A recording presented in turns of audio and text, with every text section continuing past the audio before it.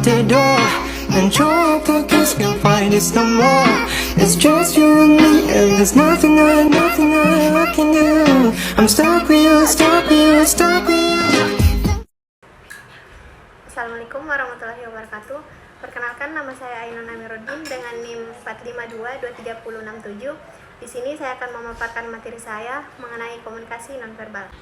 Adapun pokok bahasan yang akan saya bahas pada materi kali ini, yang pertama yaitu apa itu komunikasi nonverbal, kedua contoh komunikasi nonverbal, yang ketiga manfaat komunikasi nonverbal, yang keempat faktor-faktor yang mempengaruhi komunikasi nonverbal, yang kelima cara meningkatkan kemampuan komunikasi nonverbal, dan yang terakhir yaitu kesimpulan. Nah, apa sih komunikasi nonverbal itu?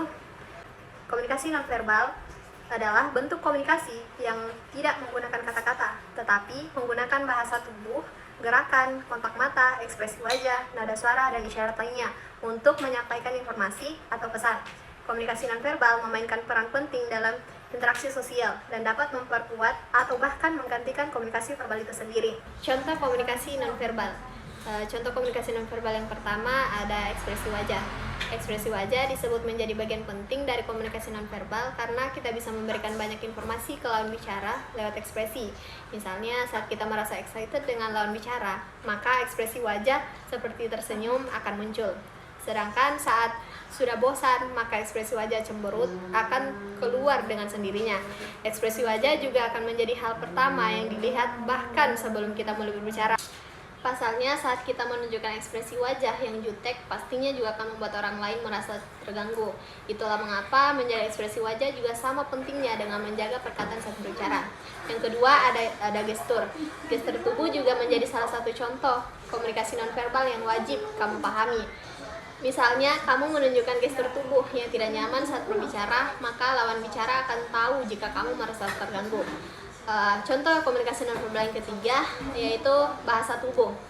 Bahasa tubuh adalah cara seseorang dalam menempatkan tubuh mereka secara alami tergantung pada situasi, lingkungan, dan bagaimana perasaannya. Contohnya, saat ada orang sedang bicara dengan menjelangkan tangan atau mengerutkan dahinya, maka kemungkinan ia sedang merasa kesal dan marah karena suatu hal.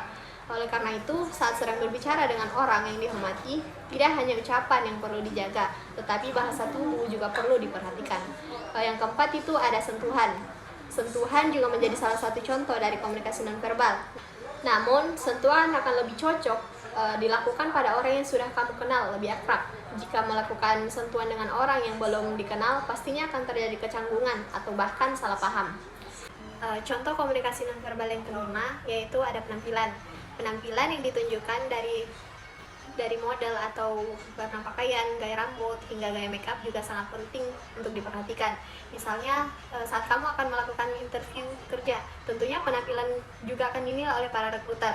Itulah mengapa saat akan melakukan tes interview, kamu harus selalu melihat pakaian yang tepat. Selain itu, gaya rambut dan gaya makeup juga akan dinilai. Yang keenam ada parabahasa. Parabahasa merupakan elemen bicara yang tidak termasuk dalam bahasa yang diucapkan, seperti kecepatan berbicara, intonasi, volume suara, dan sejenisnya. Misalnya, ketika kamu mengucapkan kata iya dengan nada tinggi, tentu orang lain akan mengira bahwa dirimu sedang marah atau terpaksa melakukan sesuatu. Yang ketujuh, ada kontak mata. Kontak mata merupakan salah satu cara untuk menunjukkan rasa tertarik atau tidak tertarik saat berbicara dengan orang lain. Sebagai contoh, ketika kamu berbicara dengan orang lain dan ia melihat pada hal lain seperti tanah atau HP-nya, hal tersebut dapat menunjukkan rasa tidak tertarik, bahkan bentuk ketidaksopanan. Itu terkesan kamu mengabaikan si lawan bicara kamu itu sendiri. Contoh komunikasi nonverbal yang terakhir yaitu ada jarak. Contoh lain dari komunikasi nonverbal adalah jarak antara kamu dengan lawan bicara. Membuat atau memotong jarak dengan lawan bicara dapat menyampaikan pesan seputar tingkat kenyamananmu pada lawan bicara, tingkat pentingnya satu percakapan, keinginanmu untuk terhubung ke orang lain. Adapun manfaat komunikasi nonverbal yaitu pertama, memberikan kejelasan seputar pesan atau informasi yang disampaikan, terutama bagi orang yang berbeda bahasa, membuatmu lebih sadar terhadap situasi dan perasaan lawan bicara ketika berkomunikasi. Yang kedua yaitu dapat menjadi pengganti komunikasi verbal dalam beberapa situasi.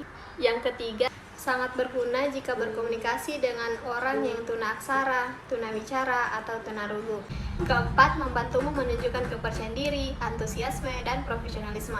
Kelima, yaitu sarana komunikasi yang efektif karena kamu bisa melihat ekspresi wajah, nada bicara, hingga bahasa tubuh orang untuk tahu apa yang dirasakan lawan bicara. Yang keenam, ada memungkinkanmu untuk mengekspresikan apa yang dirasakan tanpa perlu membicarakannya. Yang terakhir, manfaatnya itu menghemat waktu ketika ingin menyampaikan pesan.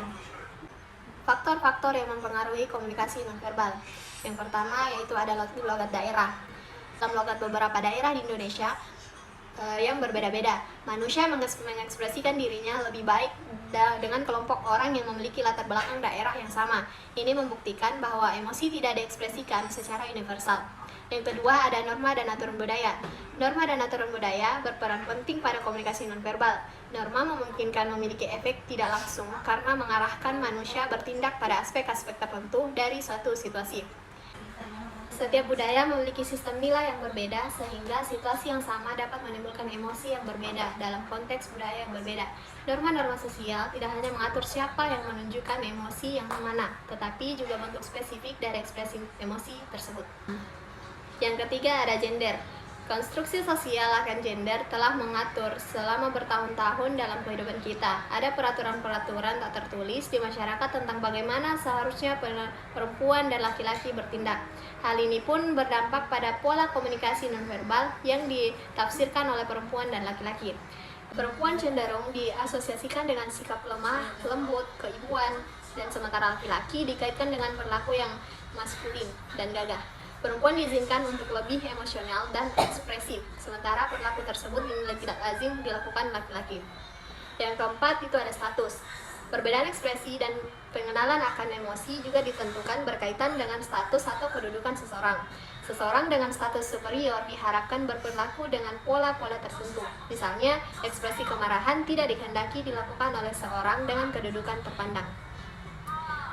Adapun cara meningkatkan kemampuan komunikasi nonverbal. Pertama, yaitu menjabat tangan dengan kuat. Yang kedua, melakukan kontak mata ketika sedang berbicara dengan orang lain. Yang ketiga, menjaga postur tubuh tetap tegak ketika sedang duduk di kursi. Yang keempat, memperhatikan penampilan diri dengan memakai pakaian yang rapih, bersih, dan wangi ketika di kantor. Yang keempat, memperhatikan orang yang berbicara saat sedang berbicara. Jangan membuat kesan seolah kamu tidak menghiraukan atau mengabaikan lawan bicara kamu.